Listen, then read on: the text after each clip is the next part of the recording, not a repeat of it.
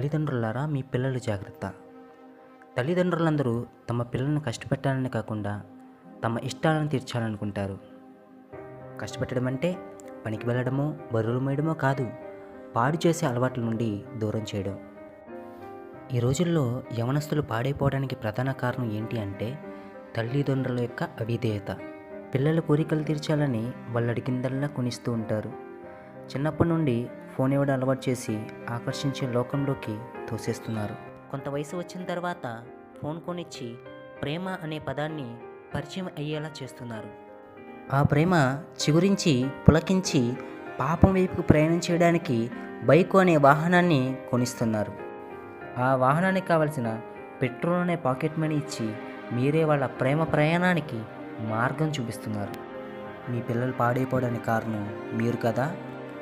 బైబిల్లో మనం చూసినట్టయితే సంసోను యొక్క తల్లిదండ్రులు అవిధేయతగా కనిపిస్తారు.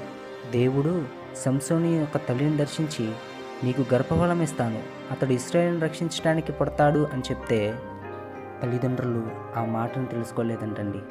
వాళ్ళకున్న అవిధేయత మనకి అక్కడ కనిపిస్తుంది. అందుకే దైవభక్తి లేకుండా సంసోను పెరిగాడు. తను పొందుకున్న బలవంతుడిని ఉపయోగించి సింహాన్ని చంపాడు.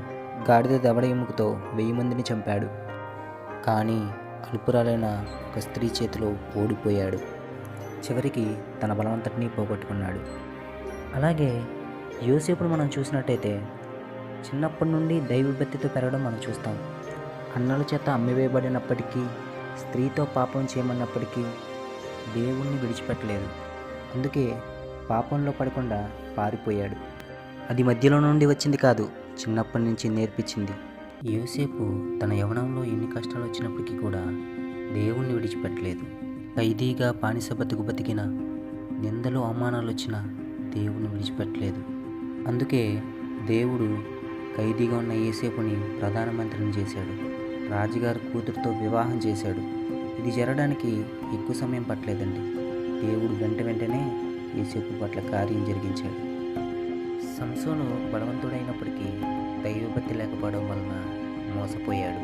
యోసేపు బానిసగా బలహీనుడిగా ఉన్నప్పటికీ బలమైనవాడుగా దేవుడు ఘనతనిచ్చాడు. కాబట్టి మీ పిల్లలకి ప్రార్థన నేర్పించండి, బైబిల్ చదివించండి. దేవుడు ఆయన ప్రేమను మీ పిల్లల పట్ల కుమ్మరిస్తాడు. ఈ వీడియోను అందరూ లైక్ చేయండి, మీ ఫ్రెండ్స్కి షేర్ చేయండి, కుదిరితే కామెంట్ చేయండి.